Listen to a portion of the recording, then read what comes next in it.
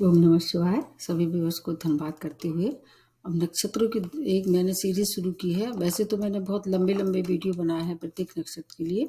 आप लोगों ने उनको देखा भी है और सराहा भी है, और हो सकता है आपके कुछ उपयोग भी सिद्ध हो रहे हों।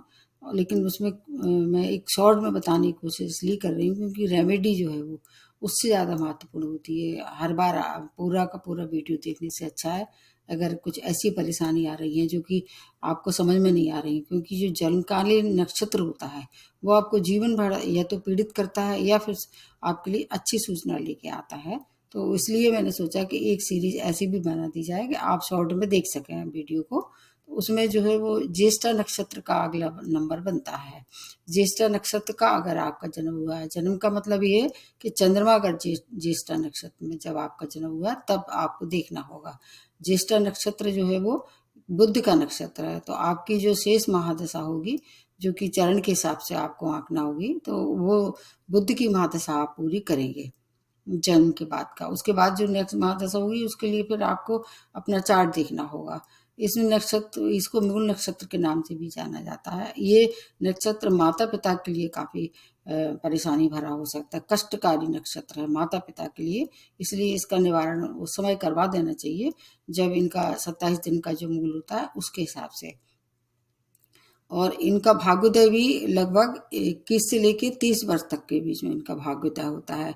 लेकिन इस दौरान इनको कुछ वर्ष काफ़ी कुछ परेशानी भरे होते हैं, विशेष तौर से हेल्थ से रिलेटेड परेशानी हो सकती है, जैसे 27 वर्ष, 31 वर्ष और 49 49 जो ईयर्स हैं इनके साल के, वो थोड़े से इनके लिए कष्टकारी सिद्ध हो सकते हैं।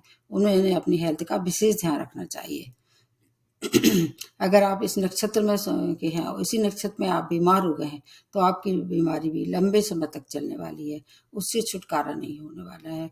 और कुछ ऐसी विपरीत महादशा आ गई अंतर्दशा, जैसे कि राहु की है या शुक्र की है, चंद्रमा की है, आपको विशेष सावधानी रखनी पड़ेगी। आपको स्वास्थ्य हानि हो सकती है, धन हानि हो सकती है, मान सम्मान में भी थोड़ी सी परेशानी दिखाई दे रही है। अगर आपका जन्म इस नक्षत्र में हुआ है तो फिर आपको थोड़ी सी रेमेडी मैं बता देती हूँ। मेन उद्देश्य मेरा रेमेडी ही बताना है। एक तो आपको समय समय से मूली का दान करते रहना चाहिए। मूली का दान आप मंदिर में कर सकते हैं, ये किसी ज़रूरतमंद को दे सकते हैं। अगर कोई नहीं भी मिल रहा है तो आप जानवर को खिला सकते हैं, जैसे गाय है, भैंस है, बकरी, किसी को भी खिला सकते हैं। और इसके साथ साथ आपको कुछ चीज़ें और बता देते हैं, जैसे कि आपको जो कॉटन का जो वृक्ष आपने देखा होगा, कपास का जो वृक्ष है उसका मतलब उसको लगाना चाहिए, उसकी सेवा करना चाहिए। देख रेख में अपने मतलब वृक्ष लगाएं, और उसके जो कपास होता है उससे ये तो आप हो सके कि स्वयं के उपयोग में ले लें। अगर व्यापार करते हैं तो फिर ये भी देखना होगा कि व्यापार आपके लिए कितना सुखद रहने वाला है। तो ये आपके लिए विशेष दिखाई दे रहा है समय, क्योंकि और इसके साथ साथ रेड सिल्क जो है हो उसका भी कभी कभी बीच में आप दान कर सकते हैं।